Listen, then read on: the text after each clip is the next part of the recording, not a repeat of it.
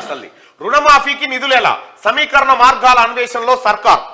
అసలు వడ్డీ కలిపి కుటుంబానికి 2 లక్షలు రైతులందరివి 40,000 కోట్ల అప్పులున్నాయి స్క్రీనింగ్ లో 32,000 కోట్లకు తగ్గే అవకాశం బ్యాంకుల నుంచి బదలాయించుకొని వాయిదాల్లో చెల్లించే యోచనలో ప్రభుత్వం ఇది సాధ్యం కాకపోతే ప్రత్యామ్నాయ మార్గాలు కటాఫ్ తేదీ ఎప్పటి వరకు అనే అంశంపై చర్చ ఇది మీకు క్లియర్ గా వివరిస్తా ప్రజలారా ఏం చేయబోతా ఉందనేది రాష్ట్రంలో కొత్తగా కొలువుదీరిన కాంగ్రెస్ ప్రభుత్వం మరో కీలక హామీని నెరవేర్చే దిశగా చర్యలు ప్రారంభించింది అధికారంలోకి వస్తే 2 లక్షల వరకు రుణమాఫీ చేస్తామని ఎన్నికల్లో ఇచ్చిన హామీ మేరకు కసరత్తు మొదలుపెట్టింది ముఖ్యమంత్రి రేవంత్ రెడ్డి ఆదేశాల మేరకు వ్యవసాయ శాఖ అధికారులు బ్యాంకర్లు రైతుల అప్పుల లెక్కలు తీస్తున్నారు వాటిని మాఫీ చేసేందుకు మార్గాలను కూడా అన్వేషిస్తున్నారు కాంగ్రెస్ పార్టీ వరంగల్ రైతు డిక్లరేషన్ లో భాగంగా 2 లక్షల వరకు రుణమాఫీ చేస్తామని ప్రకటించిన విషయం తెలిసిందే ఈ మేరకు రైతుల అప్పులను అసలు వడ్డీ లెక్కగట్టి 2 లక్షల వరకు మాఫీ చేయనున్నారు రాష్ట్రంలో ప్రస్తుతం సుమారు 39 లక్షల మంది రైతులు బ్యాంకులు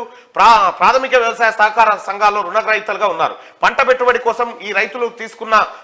అప్పులు మొత్తం కలిపి 40,000 కోట్లు ఉన్నాయి రాష్ట్రంలో కాంగ్రెస్ ప్రభుత్వం ఏర్పడే నాటికి ఈ మేరకు బకాయిలు ఉన్నాయి బీఆర్ఎస్ ప్రభుత్వం హయాంలో రుణమాఫీ అస్తవ్యస్తంగా జరగడం సకాలంలో ₹1,00,000 మాఫీ చేయకపోవడంతో రైతులు బ్యాంకుల్లో డిఫాల్టర్లుగా మారిపోయారు అప్పులు వడ్డీలు పెరిగిపోయాయి కొందరు రైతులు రెన్యువల్ చేసుకున్నా ఎక్కువ మంది మాత్రం ఇంకా రెన్యువల్ చేసుకోలేదు అసలు ఏం చేయబోతుంది ప్రభుత్వం అనేది ఒకసారి క్లియర్ గా మాట్లాడుకుందాం తెలంగాణ రైతులారా రైతు సోదరులారా రుణమాఫీలో ఏం చేయబోతుంది ప్రభుత్వము అనేది ఒక్కసారి చూస్తే రుణమాఫీ 40,000 కోట్లు ఉంది 40,000 కోట్లు బ్యాంకుల దగ్గర వివిధ వ్యవసాయ పరపతి సంఘాల దగ్గర రైతులు రుణం తీసుకున్నారు ఇంత అయితే కాంగ్రెస్ పార్టీ అధికారంలోకి వస్తే 2 లక్షల రూపాయల రుణాలు మాఫీ చేయబోతుందనేటువంటి హామీని 6 గ్యారంటీలో భాగంగా కాంగ్రెస్ పార్టీ ఇచ్చింది అయితే ఏం చేయబోతా ఉన్నారు మరి రుణాలు ఎట్లా మాఫీ చేస్తారు అంటే రైతు సోదరులారా అంటే వీటిని పూర్తిగా పరిశీలిస్తే ఇవి ఒక 32,000 కోట్లకు వస్తాయట 32,000 కోట్ల రూపాయలు ఇదైతే అయితే దీన్ని ఏం చేయబోతా ఉంది గవర్నమెంట్ అంటే ప్రభుత్వం ముంగట ఉన్నటువంటి ఆప్షన్ ఏంటంటే వీటిని ఎట్లా మాఫీ చేద్దాం అని అంటే మొత్తం ఏ బ్యాంకులను అయితే రైతులు అప్పులు తీసుకున్నారో ఆ అప్పులన్నిటినీ రేవంత్ ప్రభుత్వం ఏం చేయబోతా ఉందంటే ఈ అప్పులన్నిటినీ ఈయన మీదకి తీసుకుంటా ఉన్నారు ఈ అప్పులన్నిటినీ ప్రభుత్వం తన మీదకి తీసుకుంటుంది తన మీదకి మీ అప్పులన్నీ తీసుకొని బ్యాంకులకు విడతల వారీగా చెల్లించేటువంటి ఇది ఆలోచన చేస్తా ఉంది అంటే హామీ ఇస్తుంది వీళ్ళకి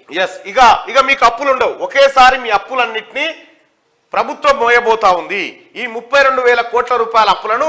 ప్రభుత్వం మోస్తూ బ్యాంకులతో ఒప్పందం చేసుకొని ఇక రైతులకు ఎలాంటి రుణం అప్పు లేదు ఆ అప్పు మేం కడతా ఉన్నామని చెప్పి కంప్లీట్ గా తీసుకొని వడ్డీతో సహా రైతాంగం చేసినటువంటి అప్పులను రాష్ట్ర ప్రభుత్వం 2 విడతల 3 విడతల బ్యాంకులలో కట్టుకొని ఇచ్చేయడానికి ప్రభుత్వం ప్రయత్నం చేస్తూ ఉంది ఎందుకు చేస్తూ ఉంది ఈ ప్రయత్నం ఒకేసారి చేయొచ్చు కదా అంటే ప్రజలారా కేసీఆర్ చేసినటువంటి పెంట ఖజానాలో రూపాయి లేకుండా మొత్తం గల్లపెట్టంతా ఖాళీ చేసిపోయిండు ఇవాళ నరకం అనుభవిస్తా ఉంది తెలంగాణ రాష్ట్రం ఇలా నరకం అనుభవిస్తుంది తెలంగాణ రాష్ట్రం లక్షల కోట్ల రూపాయలు దోపిడీ చేసిరు కాబట్టి తెలంగాణ ఖజానా అంతా లూటిపోయింది ఈ లూటిపోయినటువంటి ఖజానాను మళ్ళీ గాడిలో పెట్టడానికి ముఖ్యమంత్రి రేవంత్ రెడ్డి గారు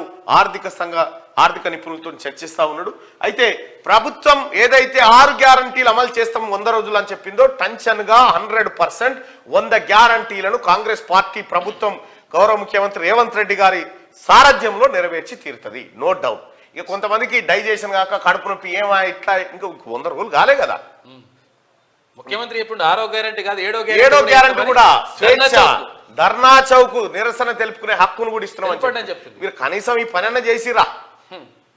ఇది రాష్ట్రం ఇక మీ అప్పులన్నింటినీ ప్రభుత్వం తన మీదకి వేసుకోబోతా ఉంది అప్పులు అప్పులు వాళ్ళ మీదకి ఎత్తుకున్న తర్వాత ఇక వాళ్ళు ఎప్పుడు కట్టుకుంటారు ఇంకా అనేది బ్యాంకు వాళ్ళు ప్రభుత్వం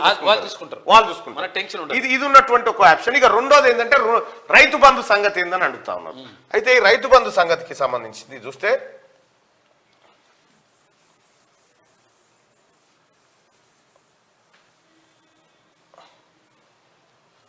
రైతు బంధు ఏం చేయబోతా ఉందంటే